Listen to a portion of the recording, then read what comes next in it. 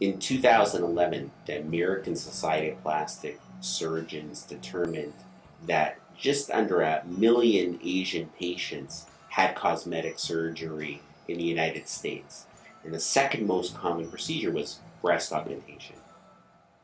I'm lucky that I have a significant Asian population, and this has allowed me over time to better understand the subtleties when treating an Asian woman. I don't want to overgeneralize, but in general, a lot of my Asian patients are very petite. They have small breasts. The fold under the breast is not that well developed, and the nipple size is quite small. So all of this needs to be taken into consideration when you put together the plan for the breast augmentation. Another major concern is that, in general, patients with an Asian background have a tendency to make a little bit more scar than, for example, a Caucasian woman who has light skin and light colored eyes. So again, that has to be taken into consideration. So when I'm dealing with your breast augmentation, I need to put together a plan that takes into consideration that you want a natural breast augmentation, if that's what you want.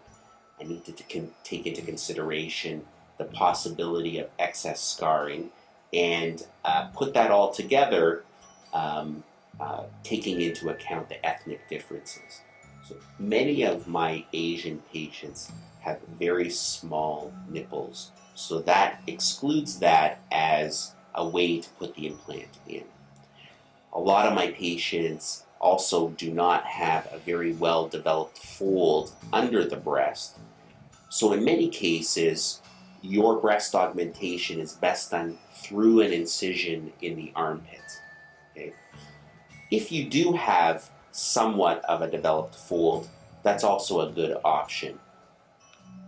The other consideration is when I have an Asian patient, particularly if their skin's a little bit on the dark side, I'm already thinking, there may be increased scarring here.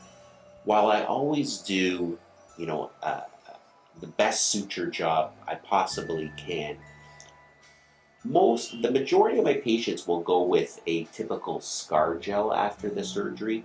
For a lot of my Asian patients, I would recommend to you silicone sheeting, which is a much more powerful scar treatment right off the bat. Somebody that doesn't have very much full definition, the skin's a little bit on the darker side, as Asian patients often have, there's a high tendency towards significant scar formation. It's called hypertrophic scar formation. It's very thick scar, much thicker than you would see in, for example, a Caucasian patient that has pale skin or blue eyes.